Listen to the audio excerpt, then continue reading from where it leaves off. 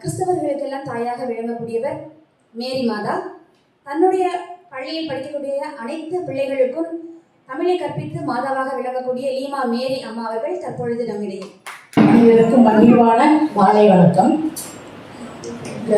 சொன்னாங்க நம்மளை நிறைய பேர் நிறைய சொல்லுவாங்க. நான் இன்னைக்கு ஒரு இது படித்தேன், வாட்ஸ்அப்பில் ஒரு செய்தி. நம்மளை நம்ம நேசிக்க தொடங்கிட்டா நம்மளை யார் விமர்சனம் பண்ணனாலும் நமக்கு அது காதல அது ரொம்ப பிடிச்சது நிஜமாவே எனக்கு. நம்மை நாம் நேசிக்க தொடங்கிவிட்டால் அடுத்தவர்களின் விமர்சனம் நம்ம எப்போதும் ஒன்றுமே செய்யாது அப்படின்றது நான் இன்னைக்கு அது ரொம்ப எனக்கு ஒரு 10 முறை சொல்லி பார்த்துக்கிட்டே இருந்தேன். அது மாதிரி உலகத்தில் நம்ம நல்லது செய்யணும் அப்படின்னு நினைச்சாலே கண்டிப்பாக விமர்சனம் வரும். கெட்டது பண்ணுறத நல்லது பண்ணதான் விமர்சனமே அதிகமாக வரும். உமா எனக்கு குந்தாரப்பள்ளியில் எனக்கு ஸ்டூடெண்ட், அது பிஎட் கைட் டீச்சராக இருந்தான்னு நினைக்கிறேன்.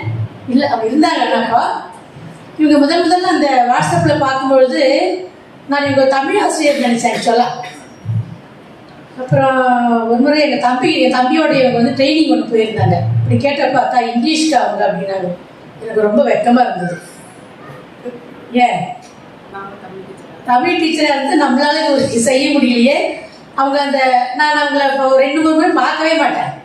அதுக்கப்புறம் விரும்பி பார்ப்பேன். ஏன் அப்படின்னா அவங்க அந்த உடல் அசைவு, ஒரு ஆசிரியருக்கே உரித்தான அந்த உடல் அசைவு மொழிகளில் தான் நம்ம மற்றவங்களை கவரவே முடியும். அவங்க ரொம்ப அழகாக அந்த தலையை ஆட்டி அசைச்சி அந்த புன்னகை நிஜமாக ரொம்ப சூப்பர். அது நான் டெய்லி பார்ப்பேன், எடுத்து அதை பார்த்துக்கிட்டே இருப்பேன். அவங்க அந்த ப்ரொனன்சஸ் பண்ணும்போது சிரிக்கிறது, பேசுறது, அதெல்லாம் நான் அப்புறம் நினச்சேன். நான் இவங்க வள்ளுவர் இப்போ இருந்திருந்தா ஒரு சிறந்த வாசியாவோட வர்றதுக்கு வாய்ப்பு இருக்குது அப்படின்னு நிஜமாவே நினச்சிருப்பேன். அவருடைய புகழ் மேலும் வளரணும். இறைவன் எப்போதும் அவர்களை ஆசீர்வதித்து வேண்டி இடம் அமர்கிறேன். நன்றி.